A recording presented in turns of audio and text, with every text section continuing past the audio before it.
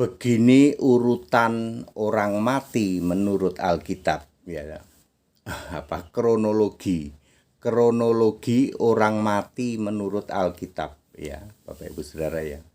Karena kita masih hidup dan belum mati, maka kita nggak bisa cerita urutan mati itu kronologinya gimana, ya. Kan kita masih hidup, belum mati. Ada orang yang sudah mati lalu bangkit, udah 4 hari mati lalu bangkit, yaitu namanya Lazarus. Ketika dia bangkit dicari-cari sama orang Yahudi, mau dibunuh. Kenapa? Takut nanti dia cerita, ya. Ternyata Lazarus cerita nggak? Cerita di dalam Lukas 16 yang menceritakan Yesus. Sama Yesus dibikin kontradiksi. Lazarus yang orang kaya dibikin cerita itu diumpamakan sebagai orang miskin. Ya, seperti itu. Oke, Bapak Ibu Saudara, di luar sana, jangankan di luar sana, termasuk di lingkungan kekristenan juga tidak tahu tentang kronologi orang mati, ya Bapak Ibu Saudara. Jadi manusia itu ada 4 unsur, ya. 4 bukan 3. Kalau 3 itu dicocok-cocokin biar cocok sama Tritunggal. Manusia itu terdiri dari tubuh, jiwa, roh, dan nyawa. Nyawa ini nggak pernah disebut-sebut sama Tritunggal. Kalau Katolik ditanya, Katolik dan Protestan ditanya, wahai Romo Katolik, wahai pendeta Protestan, mo Romo, endet, tubuh manusia itu berapa unsur? 3. Sebagaimana Bapa, Anak, Roh Kudus, maka manusia itu juga terdiri dari tubuh, jiwa, dan roh. Lah nyawa kamu kemanain? Nyawa, ya. Kesalahan seperti inilah yang membuat orang tidak paham.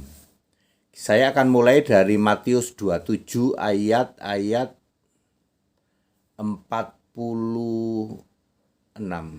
Salah, ya. Saya cek, ya. Matius 27 ayat 46. Salah, 64 berarti. Oke, ayat 46 betul. Matius 27 ayat 46. Yesus berseru, Eli, Eli, lama sabatani. Ya, lalu orang Mukala paling demen itu. Kalau Yesus itu Tuhan, kenapa waktu mau mati dia berkata, Allahku, Allahku, mengapa engkau meninggalkan aku? Allah itu tadinya nemplok pada Yesus, lalu Allah ini meninggalkan Yesus. Lah iya, kamu Mukalab kan nggak paham, ya kan? Eloi, Eli atau Eloi, ya. Eli, Eli lama sabachthani. Matius 27 ayat 46. Lalu 49, sekali lagi Yesus berteriak. Apa yang diteriakkan? Eloi, Eloi. Kalau 46 itu Eli, Eli. Kalau 49 itu Eloi, Eloi. Lalu ayat 50, Yesus menyerahkan nyawanya. Jadi siapa yang meninggalkan Yesus? Allahku, Allahku, mengapa engkau meninggalkan aku? Siapakah Allahku yang meninggalkan Yesus? Bapak, itulah penyesatan yang maha bejat dari Tritunggal dan segitiga. Allahku yang dimaksud Yesus adalah Roh Kudus. Jelas Yesus itu rohnya Roh Kudus. Roh Kudus itu Allah. Efesus 4 ayat 30, Roh Kudus itu Allah. Makanya ketika Roh Kudus, roh yang ada di dalam Yesus, kalau kita itu rohnya roh manusia. Roh Kudus yang ada di dalam Yesus ini meninggalkan tubuh Yesus. Lalu Yesus berkata, Roh Kudus, mengapa engkau meninggalkan aku? Ya. Ya. Kalau Roh Kudus tidak meninggalkan Yesus, maka orang tidak bisa mati. Yesus tidak bisa mati. Catat baik-baik, Roh Kudus ini harus meninggalkan Yesus dulu.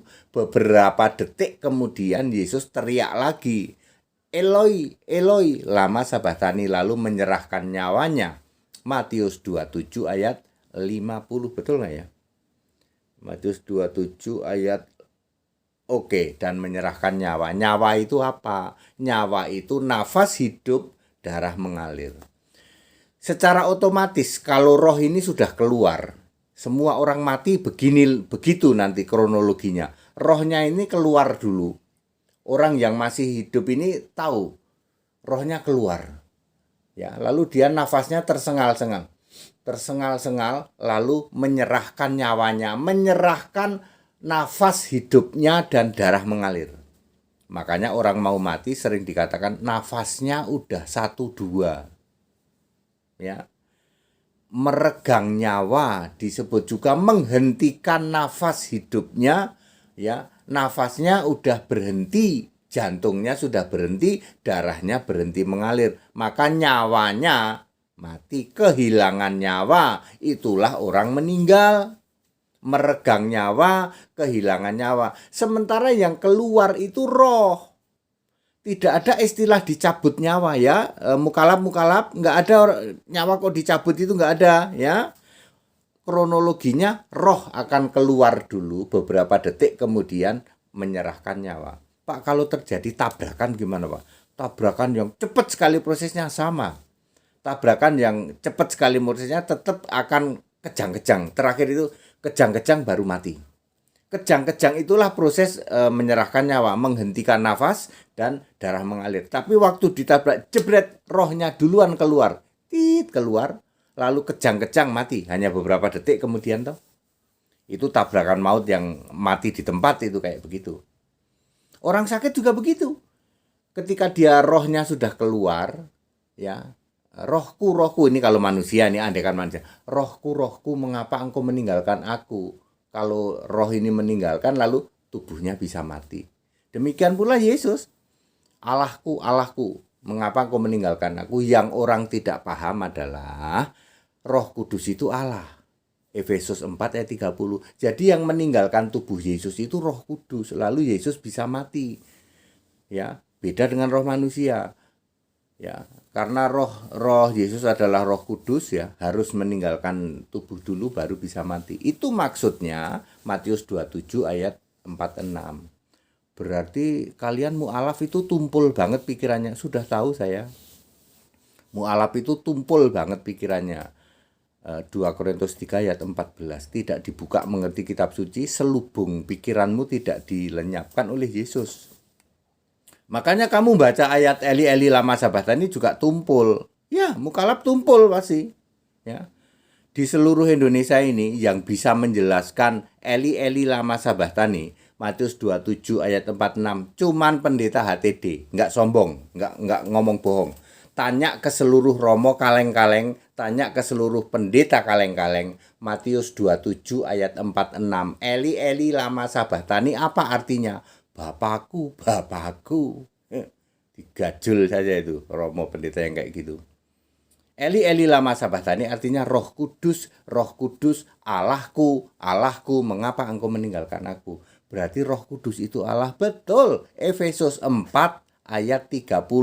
Roh Kudus Allah, bukan Allah Roh Kudus. Jadi kronologi orang mati itu seperti itu. Pertama rohnya dulu keluar. Ini untuk menjawab ketidaktahuan kita di luar sana, tokoh-tokoh agama berkhotbah ngarang bebas. Ya. Mereka berkhotbah ngarang bebas tentang kalau orang itu mati. Kalau orang mati itu gini dulu, lalu rohnya nanti begini begitu. Itu ngarang bebas. Yang benar Alkitabiah adalah pertama rohnya dulu keluar, terus menyerahkan nyawa. Nyawa itu bukan dicabut, Pak. Anda yang masih tanya, siapa yang mencabut nama Yesus itu mukalab paring terdelosor IQ-nya. Apakah Anda masih bertanya, siapa yang mencabut nyawa Yesus?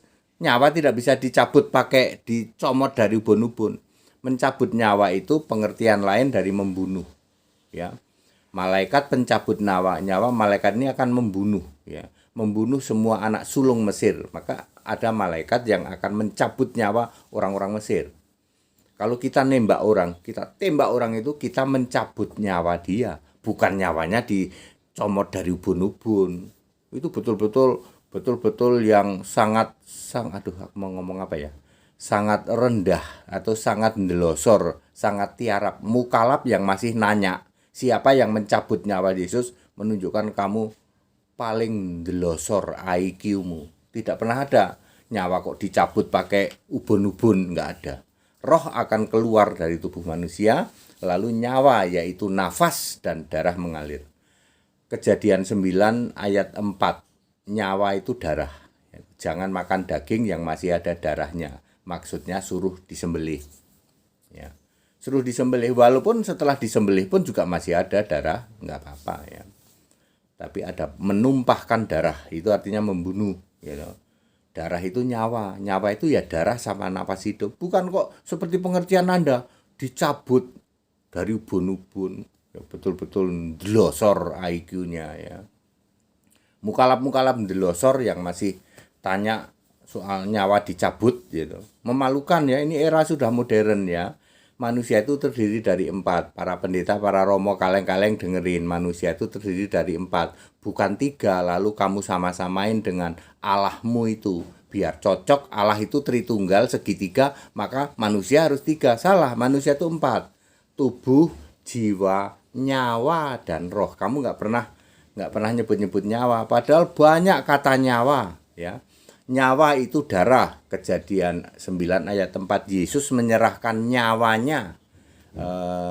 Matius 27 ayat 50. Ya. Jadi orang mati itu menyerahkan nyawanya, ya. Clear ya? Penjelasan seperti ini tidak ada yang menjelaskan seperti ini selain Gaifu Pendeta Henry Tandianta. Jadi ini menjadi dasar ya. Semua orang mati itu kronologinya begitu. Ya. Roh dulu keluar lalu nafas hidup. Itu kalau mati. Orang hidup juga sama. Janin itu 8 bulan diberi roh oleh Yesus. Jadi Anda mau jadi agama apapun di seluruh jagat raya ini, Anda tetap pada waktu 8 minggu kehamilan yang memberi roh kamu itu Yesus. Makanya Yesus itu adalah Allah dari roh segala makhluk. Catat baik-baik, ketika kamu lahir, kamu itu dikaruniakan roh oleh Yesus. Yesus Allah segala Allah. Enggak sembarang Allah, Tuhan segala Tuhan. Lalu ketika mati roh kamu kembali ke Yesus. Pengkhotbah 12 ayat 7. Kembali kepada wewenang Allah yang mengaruniakan pada saat janinmu 8 minggu. Ya, jadi nggak usah sok petentang-petenteng gitu. Kamu nentang-nentang Yesus. Kamu itu dulu yang memberi hidup Yesus, tak kasih tahu. Ya, lalu kelak mati kembali ke Yesus. Baru tahu nanti ketika kamu benar-benar mati. Ternyata Pak Pendeta HTD benar ya.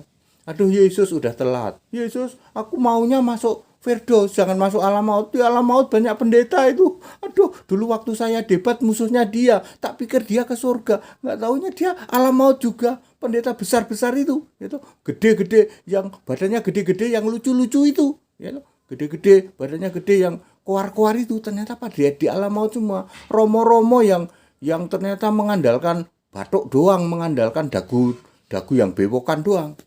Ya, yang ilmunya nol putol itu ternyata ada di alam maut semua. Ya. Nggak maulah, Yesus, aku nggak mau. Ternyata di alam maut banyak romo sama pendeta di alam maut sana. Aku pengen ke Firdaus seperti Lazarus. Udah telat. Ya, karena semua nanti kembali kepada Allah yang mengaruniakannya. Ya. Jadi clear ya. Jadi direvisi ajaranmu yang tiap hari nanya melulu mencabut nyawa, memalukan. Ya, clear ya. Jadi roh akan keluar dulu. Berarti yang Eli lama sabatani Roh Kudus yang keluar. Kalau roh manusia kan manusia nih, keluar dulu rohnya manusia baru menyerahkan nyawa. Itu otomatis nggak bisa ditahan. Ya, hanya dalam hitungan beberapa detik lah ya. Nafasnya satu lalu tit gitu ya, ya. Makanya kan ada tit panjang ya, begitu ya. Itu yang disebut kronologi orang mati ya. Ini benar Alkitabiah dan semua akan mengalami begitu. Nanti ketika kita semua mendekati kematian, kita baru tahu Pendeta Henry Tandianta benar Alkitabiah. Kalau tahu begini, aku tobat percaya Yesus. Lah udah tahu kan, sekarang udah dengar. Tobat percaya Yesus, wes toh. Ini benar ini. Ya. Enggak ada yang jelasin kayak gini ya toh. Semua tokoh-tokoh agama jelasinnya nggak kayak gini, semua pada ngarang semua. Padahal ayat Alkitab ada. Kita Indonesia, kita Pancasila, toleransi harus, keberagaman wajib disyukuri. Ya, segala hormat kemuliaan untuk Yesus Kristus, satu-satunya Allah yang benar, Allah segala masa, sebelum segala abad, sekarang sampai selama-lamanya. Haleluya. Amin.